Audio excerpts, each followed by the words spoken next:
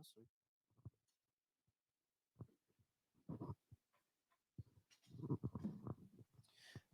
Graça e paz, queridos. Que tempo precioso. O tempo onde a gente pode buscar a Deus em oração. Tempo que a gente pode se derramar na presença do Senhor nos louvores. E um tempo precioso também que Deus, Ele separou para falar conosco também. Então tem o tempo de falarmos com Ele nas orações, o tempo de nos derramarmos na presença dEle com os louvores e o tempo que Ele fala conosco através da palavra. E eu sempre brinco com o Wanderson que toda vez que ele me chama para ministrar, ele vem com a mesma proposta. Ele fala assim: aperta, chama o povo para uma responsabilidade. E não é fácil, porque nós sempre somos provados naquilo que nós declaramos. Mas eu creio que Deus tem, nesses minutos que teremos aqui, um despertamento para as nossas vidas sobre a responsabilidade do que é servir a Deus. O texto que eu quero tomar como exemplo foi uma pergunta que fizeram a Jesus e a resposta dele. João capítulo 6, versos 28 e 29. Na minha versão, aqui diz assim: Então lhe disseram: o que nós faremos para executarmos as obras de Deus? É uma pergunta muito interessante. E é bem provável que alguém que está assistindo essa ministração possa ter feito para Deus: Deus, o que eu faço para cumprir o teu propósito? O que eu faço para obedecer o teu chamado? Qual é o teu chamado para a minha vida? Existem várias formas de fazer a mesma pergunta. A resposta de Jesus é bem interessante. Ele diz assim: esta é a obra de Deus, que creais naquele que ele enviou. E a primeira coisa que eu quero chamar a sua atenção é a seguinte: a pergunta foi feita no plural e a resposta foi feita no singular. Como assim? Vamos à pergunta de novo. O que nós faremos para executarmos as obras de Deus? A resposta de Jesus foi: esta é a obra de Deus. Sendo assim, muito obrigado por essa água. Vou precisar de mais, certamente. Tá? Se quiser já deixar um balde aqui perto, vai te evitar cansar. Mas se você quiser fazer um exercício, não tem problema.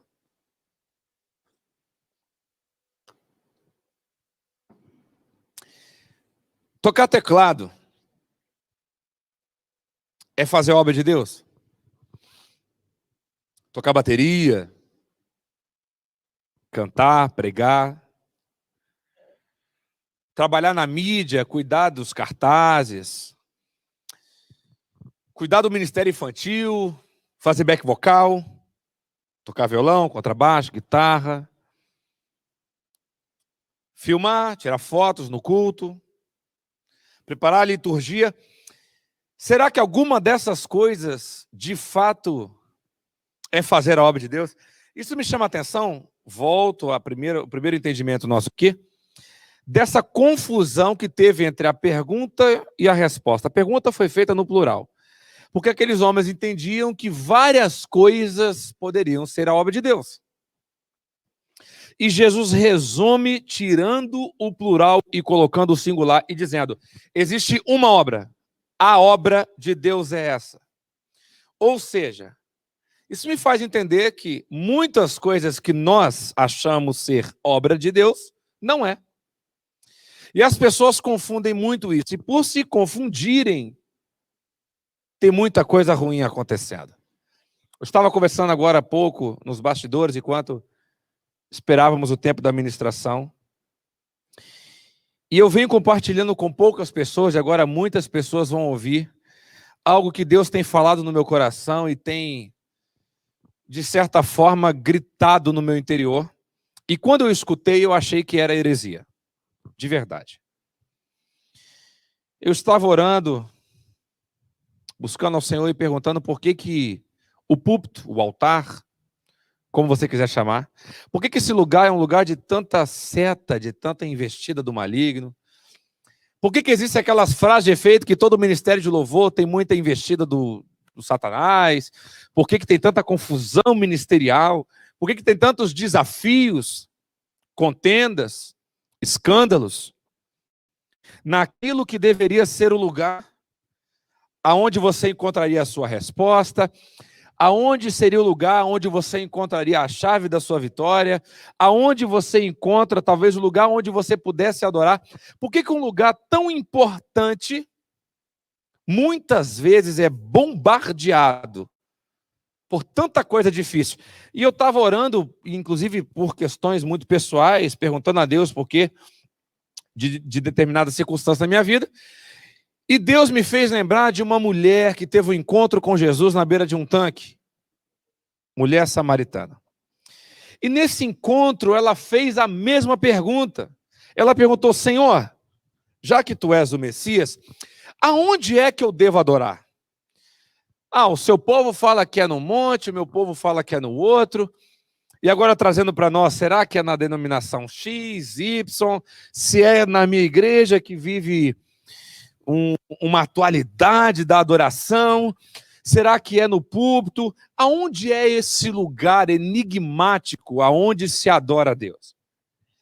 E Jesus não responde. Ele não responde, ele não diz um lugar, ele diz alguém. E essa é a primeira confusão que as pessoas têm e tem atrapalhado tantos ministérios em tantos lugares. As pessoas estão colocando lugares como mais importante do que pessoas. Constroem-se templos bonitos, investem-se em equipamentos incríveis, enquanto muitas vezes membros passam fome, membros vão de Uber caro, às vezes, sendo que alguém poderia ajudar, alguém poderia dar uma carona, mas por quê? Porque é mais importante o lugar do que as pessoas.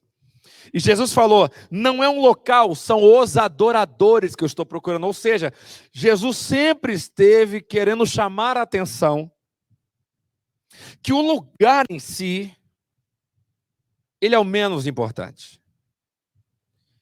Então coloca na sua cabeça, de uma vez por todas, que adorar a Deus não é tocar um instrumento. Que adorar a Deus não é subir numa plataforma, porque, na verdade, você não sobe para adorar. Para adorar, você precisa descer. O processo é inverso. E por causa dessa ânsia de subir, pessoas se ferem em nome da obra de Deus.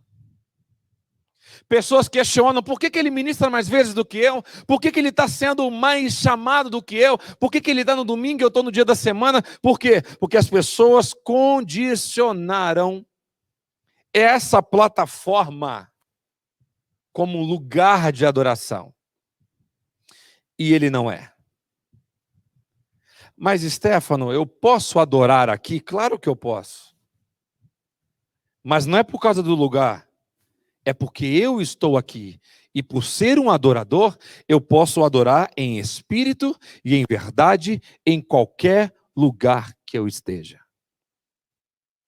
Existem muitas pessoas que sobem, cantam muito bem, prestam bom serviço. Eu vou falar sobre isso daqui a pouco. Mas não conseguem adorar enquanto estão apresentando um bom trabalho aqui. Por quê? Porque uma coisa não tem a ver com a outra. Por isso que nem toda música é uma música de adoração. Assim como nem toda adoração precisa ter música. O problema é que as pessoas elas querem facilitações. Se eu toco um instrumento, logo eu preciso estar adorando. Elas querem acessos rápidos. Mas guarde uma coisa no seu coração. Jesus não é atalho, ele é caminho, ele é processo. Facilitação não te atrai para a presença. Tudo em Deus tem processo. Então, essa velocidade que você quer, essa facilitação, muitas vezes pode estar tirando você do centro da vontade de Deus para a sua própria vida. E eu volto à pergunta feita a Jesus: qual é essa misteriosa obra? O que é a obra de Deus? Como que eu consigo executar aquilo que Deus tem na minha vida? A resposta de Jesus foi: a obra de Deus é essa. Você vê que é uma coisa determinante. É essa: que creais naquele que ele enviou. Jesus falando. A obra é que você creia em mim. Porque ele está falando que creias naquele que ele enviou. Ou seja, Deus enviou o seu filho. Então a obra de Deus é tipificada em Jesus. Pastor, destrincha para a gente, vou te explicar. A obra de Deus se resume em você pegar o seu instrumento e Jesus ser refletido através do seu instrumento. A obra de Deus é você pegar o seu microfone e for ministrar o louvor e de repente o seu rosto não ser mais enxergado e o seu rosto começar a refletir Jesus. A obra de Deus é você pegar a sua bateria. Enquanto você executa as suas viradas, você não faz viradas para mostrar o valor da sua técnica. Cada virada sua nesses tons maravilhosos precisa refletir Jesus. Ou seja, tudo que eu fizer e Jesus for o centro, é a obra de Deus.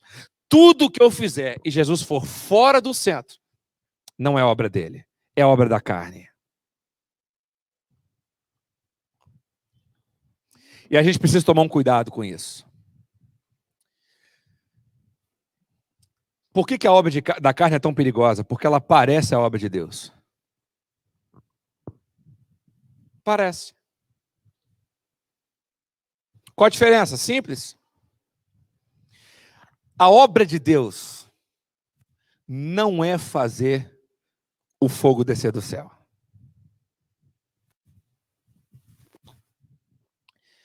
Eu acho que eu não vou fazer esse curso porque eu não concordo com você. Tudo bem. Não preciso concordar, não. Mas me escute até o final. Me dê o voto da dúvida. Porque para mim não é fácil dizer isso para você. Porque nós fomos ensinados a fazer alguma coisa. O ministério de louvor precisa atrair a presença. O ministério de louvor tem que descortinar os céus. O ministério de louvor está tocando aqui, mas não aconteceu alguma coisa. Deve ter pecado aqui em cima, hein?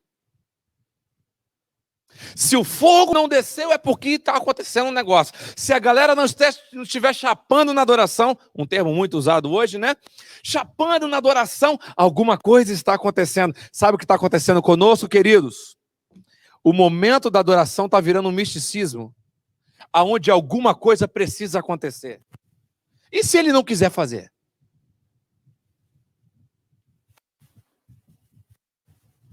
A gente até canta, né? Dá um sol maior e canta. Se Deus fizer, ele é Deus. Se não fizer. Se não fizer? Se não fizer, eu reclamo. E falo para ele fazer. Essa é a verdade. Só que essa necessidade por glória, Salomão resumiria isso dizendo que tudo é vaidade. Rapaz, você viu como é que foi o louvor? Rapaz, a glória desceu, né? Esse termo, a glória desceu, Deus conhece seu coração. E sabe que, na verdade, você está feliz porque você achou que a glória passou por você. Deixa eu te falar uma coisa para você prestar muita atenção. E vou falar bem baixinho para você ouvir. Seu papel não é fazer fogo descer. É só carregar a lenha. E quando eu falei que as obras se parecem, porque na hora que o fogo desce, parece o mesmo fogo, mas quando eu fabrico o fogo, o nome desse fogo é fogo estranho. E o fogo estranho,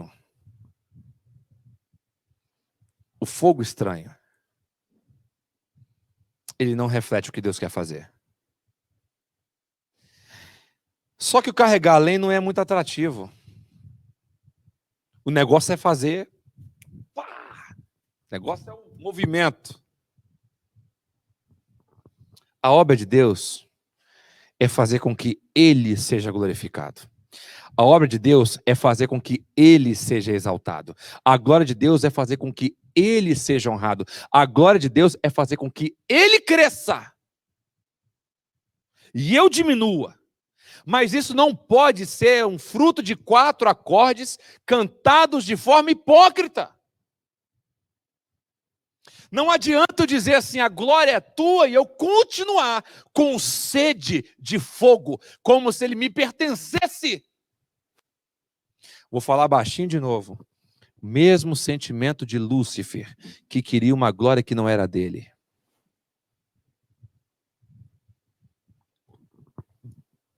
Pastor, então, por favor, me explica. Eu quero entender o que é glória, eu tenho pouco tempo. Eu quero acabar no tempo que me foi proposto. Então, por favor, preste muita atenção. Qual é a obra? Eu quero tanto fazer a obra de Deus, pastor, me ajuda. Você quer fazer a obra de Deus, querido? O que é fazer uma obra, né? Se a gente pensar em construção civil, fazer obra é carregar lajota, brita, areia, ferro, cavar fundo. Muito fundo, cavar muito fundo. Até conseguir colocar os ferros no lugar de uma forma que depois venha a sapata, enfim, e construa colunas firmes para que toda a construção que vier por cima não caia. Então, obra, vamos fazer uma analogia então com obras da construção. Quando você entra dentro de um escritório muito luxuoso, a primeira coisa que você vê, na maioria das vezes, são as decorações. Um grande lustre, um tapete bonito, quadros caros, mesas fantásticas. E às vezes, em cima dessas mesas, computadores de últimas gerações. Aí você vê aquela decoração maravilhosa. Aí você está lá no 21º andar desse prédio e vendo esse escritório lindo. Aí você está encantado com toda a decoração. E certamente ninguém está pensando em tudo que está debaixo dessa construção. Quando você aperta um botãozinho do elevador, aparece lá, 1º andar, 2º andar, 3º andar, você vai subindo. E aquela subida é tão rápida, para quem tem fobia, parece eterna, mas de fato é rápida.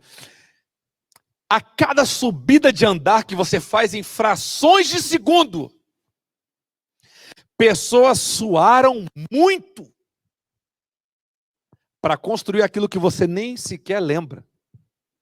Nem sequer se dá conta. Sabe por quê?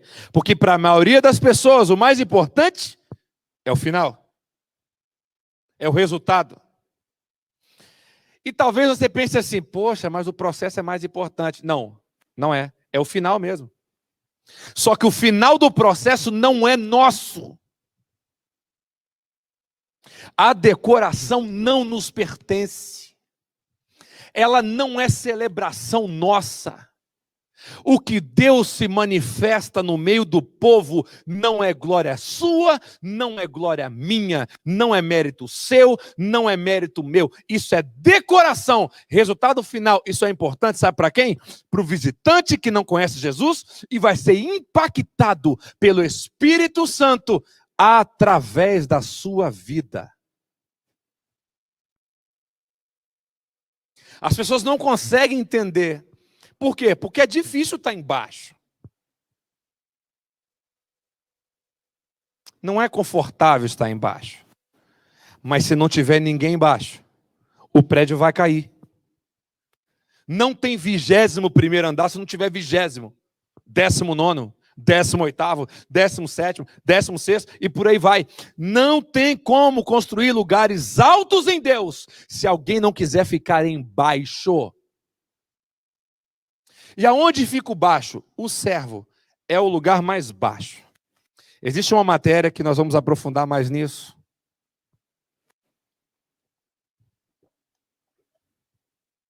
se você tiver coragem de permanecer nessa escola.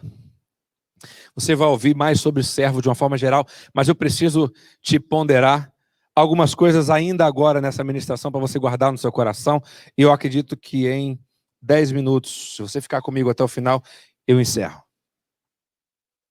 Servo. Explica pra gente, pastor, o que é o tal do servo. Vamos entender uma coisa. Jesus diz assim: eu não vim para ser servido, mas para servir e dar a minha vida em resgate de muitos. Quem disse isso? Jesus. Guarda isso. Vou repetir, tá? Eu não vim para ser servido. Eu vim para servir e dar a minha vida em resgate de muitos. Em João capítulo 13, Jesus dá uma demonstração de servidão incrível, onde ele lava os pés dos discípulos. No Getsemane, ele tem um conflito entre aquilo que ele quer e aquilo que ele precisa fazer. Jesus teve conflito? Teve. Claro que teve. Pensou em desistir, porque ele sabia que a agonia da distância com o Pai, em cima da cruz, ali naquele momento, seria muito difícil para ele. Algumas pessoas acham que Jesus, quando ele diz: afasta de mim este cálice sem que eu beba, era por causa da dor física. Jamais. Jamais.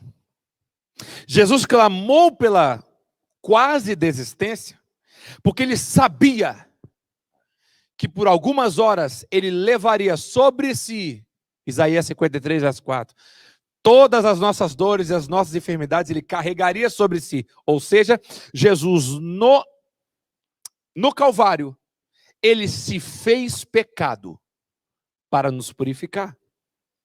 E aonde habita o pecado, Deus não está. Ou seja, primeira vez em toda a história da humanidade, em toda a história da eternidade, o único momento, as únicas horas que o Pai se ausentou do Filho foi por amor a você e por amor a mim. Então Jesus, sabendo disso, sendo Deus e estando aqui como homem, ficou desesperado. Senhor, afaste de mim se for possível, mas que seja feita a tua vontade e não a minha. Eu quero que você entenda o que é ser servo. Ser servo não é fazer a sua vontade. Em hipótese nenhuma. Credo. É. Certa vez alguém me perguntou assim: pastor, como é que eu faço para saber qual é a vontade de Deus para minha vida? Aí eu respondi sem pensar. Eu falei: provavelmente não vai ser a sua.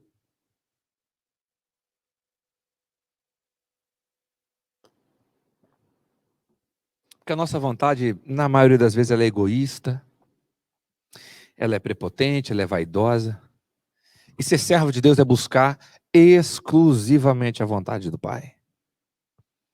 Ser servo de Deus, servo, é ter o mesmo comportamento, por exemplo, como Davi. Davi, antes da unção, a Bíblia diz que ele tomava conta das ovelhas do seu pai. Ele tomava conta das ovelhas do seu pai. Uma pergunta, fácil de responder. As ovelhas eram de quem? Do pai. As ovelhas eram do Davi? Não. Mas ele cuidava das ovelhas do seu pai. Assim que ele é ungido rei, para onde que ele vai? Ele volta. Cuidar das ovelhas do seu pai. Sabe o que tem acontecido hoje? As pessoas acham que a unção de Deus muda plataformas. Ah, porque agora eu sou ungido, então agora eu tenho mais oportunidades. Agora eu tenho um chamado especial, então agora eu vou subir de cargo. Não, agora eu tenho um chamado especial, eu vou crescer. Não, quando Davi recebe a unção, ele volta a fazer a mesma coisa. Isso me faz lembrar 2 Crônicas capítulo 7, quando a glória de Deus desce no templo. A Bíblia diz que os sacerdotes e os levitas voltaram para os seus lugares. Sabe por quê? Porque eles entenderam que o papel era só carregar lenha. Aonde você quer chegar com tudo isso, pastor? A obra de Deus na sua vida, querido ministro, querido servo de Deus que toca um instrumento, que canta, ou você que está em outro departamento da igreja, a obra de Deus na sua vida é fazer com que o seu talento seja apenas uma ferramenta para que a verdadeira obra seja revelada através de você. E a obra só é revelada na vida de servos. Escuta essa aqui pode mexer com você como mexeu comigo. Eu estava conversando com um pastor, amigo meu lá da nossa igreja, e falávamos sobre o filho pródigo e aquela epígrafe, que são os títulos, né, que alguém coloca nos capítulos. Eu costumo dizer que aquilo não é Bíblia, porque alguém leu o texto, achou um título, mas o texto geralmente ele é corrido, né? Ele é um texto corrido. Então, quando está escrito ali, filho pródigo, eu não consigo ver um, eu vejo dois. Um que se perdeu fora e outro que se perdeu dentro. Um que estava perdido distante e outro que estava perdido aqui dentro mesmo. Que inclusive é exatamente o que aconteceu nas parábolas anteriores. A dracma se perdeu dentro e a ovelha se perdeu fora. Então as duas parábolas anteriores, elas refletem diretamente os filhos pródigos que se perderam. Aí o filho vai, pede as coisas, vai embora. Lá no final, ele recebe um não, porque ele deseja comer a comida do seu senhor, volta para casa, quando ele chega, o pai prepara uma festa, e aí o filho de dentro de casa, grava essa informação, o filho de dentro de casa, o filho de dentro da igreja, o discípulo, o crente, o ministro de louvor, está dentro da igreja, e começa a perguntar, o que o pai está fazendo? O que o pai está fazendo? O que o papai está fazendo? Que festa é essa? Que bagunça é essa na minha casa? O que o pai está fazendo? Aí a Bíblia diz que um servo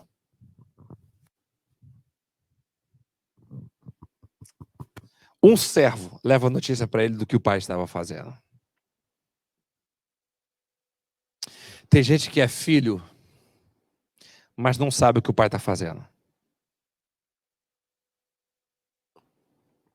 Porque ainda está preocupado com posição. Quer saber o que o pai está fazendo? Para de buscar uma posição e vai se comportar como um servo. Só entende o que o pai faz quem se comporta como servo. Lembrei de outro. O vinho acaba dentro do casamento.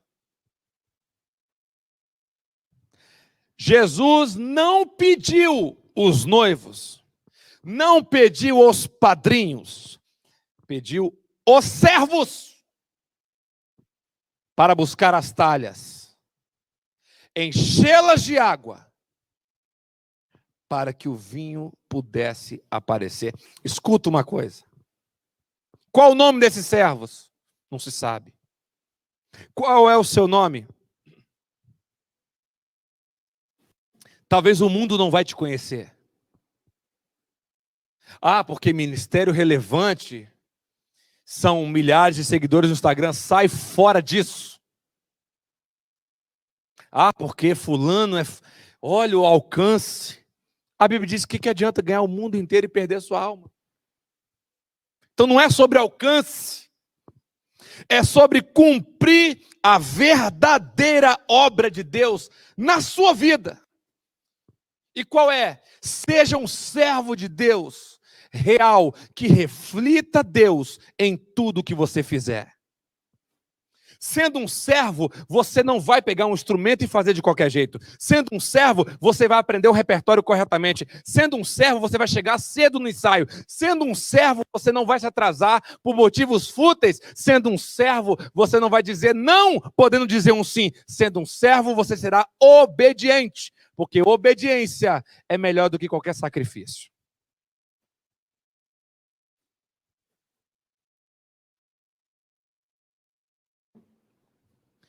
Pastor, então eu quero fazer a obra de Deus. Então nós vamos fazer agora.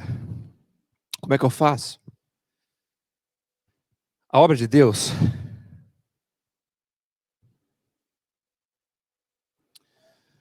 ela está disponível para você fazer hoje. Aonde você estiver assistindo essa ministração. Talvez você não tenha um público. Eu estou aqui ministrando para você, existem algumas pessoas aqui trabalhando, e isso é ser servo. Eles não estão chapando na adoração, estão aqui, várias pessoas trabalhando para que você recebesse essa mensagem. É isso que você precisa entender. Ele trabalha para que alguém receba de Deus. Só carrega sua lenha. Quer sentir Deus? Quer adorar a Deus? Ele continua no mesmo lugar. Ele está lá dentro do seu quarto te esperando. Porque nós, que somos servos de Deus no altar, a gente se enche no secreto para derramar no público. Você não consegue derramar daquilo que você não tem aqui. Para de se enganar, porque a Deus você não engana, e muito menos ao diabo que está de olho na sua falsa adoração. Serve direito. Usa o seu talento. Se Deus te ensinou a tocar, faz direito. Para de errar acorde desnecessário e chamar Deus de bobo, falando que você não teve tempo para ensaiar. Não faz isso não, porque um servo faz as coisas direito. Servo que não faz direito é retirado. Aí sabe o que está acontecendo? O seu líder está vendo você fazer de qualquer jeito, está tirando você e você está criando birra. Em vez de você ficar chateado, faz direito. Cá entre nós, vou falar baixinho para você não se ofender tanto. Quando o seu filho adoece, você leva ele num médico de bom coração ou num bom médico? Será que, poxa, mas meu filho ficou doente, eu vou levar ele no mecânico? Quem sabe meu filho trocando os pneus do meu filho, ele pode ficar bem. Não parece uma coisa meio estranha? Claro que é estranho, porque quem mexe com enfermidade de criança é pediatra. E aquele é o serviço que ele presta para que meu filho fique bem. Então entenda, aquilo que Deus entregou na sua mão para você fazer, não brinca não. Porque alguém precisa daquilo que você carrega. Alguém precisa daquilo que ele te entregou. Então para de fazer de qualquer jeito. Porque enquanto você serve de qualquer jeito, alguém está sendo impedido de adorar. Porque enquanto eu sirvo, alguém adora a Deus. Deus derrama sobre mim no secreto. Eu venho aqui, sirvo ao Senhor e aos meus irmãos, eles adoram a Deus, Deus derrama para mim no secreto, isso até ele voltar. E agora eu quero orar por você. Eu quero orar por você. E essa oração é uma oração muito simples e eu sei que o que você ouviu pode ter sido desconfortável em algum ponto. Mas entenda que é verdade quando os pregadores dizem que primeiro corta no altar, corta em quem está falando. Acredite nisso, que isso é uma grande verdade. Pode descansar sem fundo mesmo, pode. Meus amigos aqui estão querendo me ajudar. Mas eu queria que você não tivesse nenhum tipo de distração. Eu sei que, na verdade, a gente teve alguns vícios, né? A gente solta um negocinho, às vezes bota uma luz mais baixa. Isso pode ser bom? Pode. É pecado? Não, não é. Mas eu aprendi que o verdadeiro mover de Deus, ele não precisa de artifício nenhum humano. O verdadeiro agir de Deus, ele só é movimentado por uma coisa, um coração quebrantado. Aonde não tem quebrantamento, ele se resguarda. E talvez você ouviu ministrações parecidas, mas não conseguiu se quebrantar, porque você estava esperando algum outro elemento. Mas saiba que Ele mesmo está aqui. Então Ele precisa ser suficiente. Jesus está aqui. O motivo da obra, a própria obra, Ele está em nosso meio. Ele morreu, mas ao terceiro dia Ele ressuscitou. Ele está vivo. E Ele precisa ser resplandecido através de você. Jesus foi embora e disse assim, ó, estou indo embora, mas eu vou mandar alguém para morar dentro de vocês. Ide por todo mundo, pregar evangelho. Vocês ficar em Jerusalém, ter que tu alto, sejais revestidos de poder, e ser mesmo minhas testemunhas. Testemunhas fala de alguém que viu alguma coisa e passou para alguém. Então não tem como você querer resplandecer a obra de Deus se você não tiver relacionamento com Ele. Porque ser testemunha de Jesus é falar daquilo que você viveu com Ele. Eu queria que você fechasse os seus olhos, mas ouvisse com atenção o que eu vou te dizer. Feche os seus olhos, aonde quer que você esteja, e faça uma oração de entrega da sua vida para Deus. Ah, mas eu já aceitei Jesus. Talvez você já aceitou, mas eu ainda não deixou Ele ser o Senhor da sua vida. Talvez você já levantou a mão para Ele, mas Ele ainda não é o dono das suas escolhas. Talvez você levantou a mão para Ele, mas ainda Ele não é o Senhor do seu ministério. Talvez você ainda é o que manda nos seus acordes, manda nas suas vontades, mas essa noite Ele está te dando uma oportunidade de se tornar verdadeiramente um servo de Deus. Servo. Servo. Servo. E isso não é depreciativo, porque o próprio Jesus não veio para ser servido, mas para servir. Que o seu ministério, que os seus dons e talentos, aquilo que Ele te entregou, aquilo que Ele escolheu você para exercer, que você possa pegar esse talento e possa cumprir a verdadeira obra de Deus. Que através do seu ofício ministerial na sua igreja, que você possa se esconder através dos seus acordes. Que você possa desaparecer através da sua bela voz. Que você possa, de fato, diminuir para que Ele cresça através de você. Para que no final da ministração alguém fale assim, rapaz, Deus visitou aqui e você se lembre, poxa, que bom. E que legal que eu estava preparado para carregar a lenha. Elias fez isso. Colocou a lenha, derramou água e só orou. Então que a partir de hoje você possa dar o seu melhor para Deus, mas sabendo que você precisa ser um servo, que serve a Deus com o seu melhor, que serve às pessoas com o seu melhor. E através da sua vida, o nome de Jesus será exaltado, engrandecido, ovacionado, honrado acima de tudo e de todos. Que Deus te use dessa forma. Pai querido,